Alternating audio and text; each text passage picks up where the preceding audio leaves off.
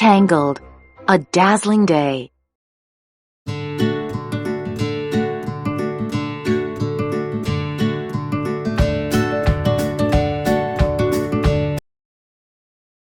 Long ago and far away, there lived a beautiful young woman named Rapunzel.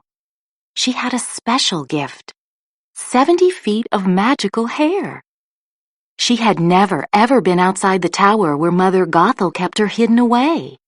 Every year on her birthday, Rapunzel gazed out her tower window at the sparkling lights that rose into the nighttime sky. The lights were meant for her, she was certain of it. And Rapunzel yearned to leave the tower just once to see those sparkling lights.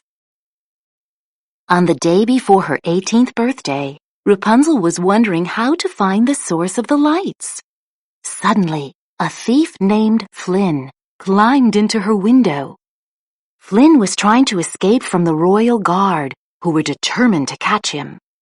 Pascal, Rapunzel's chameleon friend, agreed that Flynn did not look like the ruffians Mother Gothel had warned her about.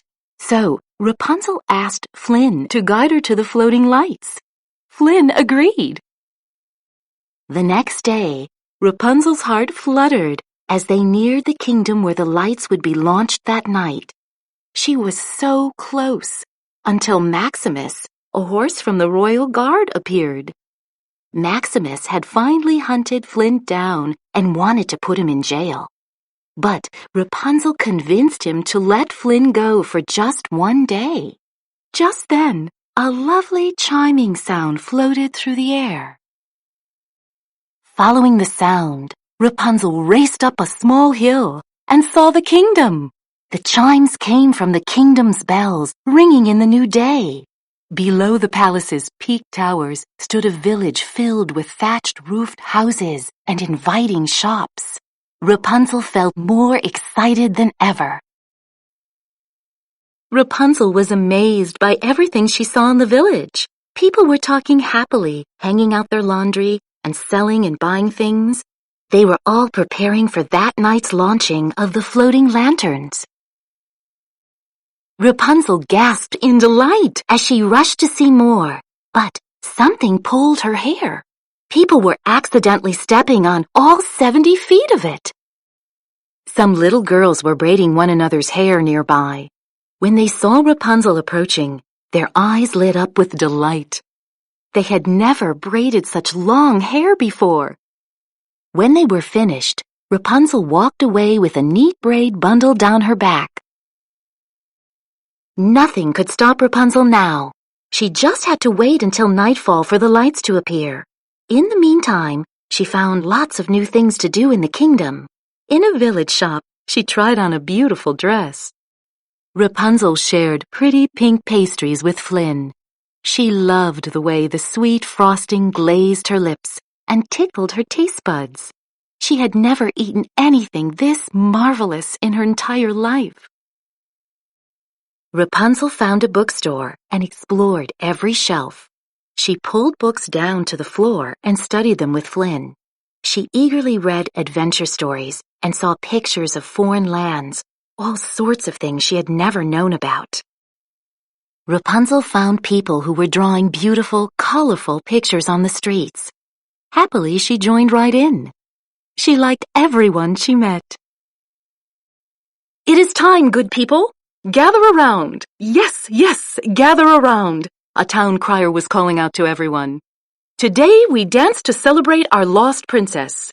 It is a dance of hope, in which partners start together, separate, and return to one another, just as our princess will return to us one day."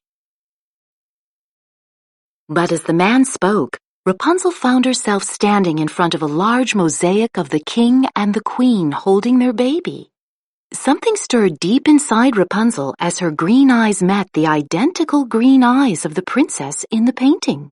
And the queen, why, she looked so familiar that Rapunzel's jaw dropped. It was like looking in a mirror. Soon everyone began to dance.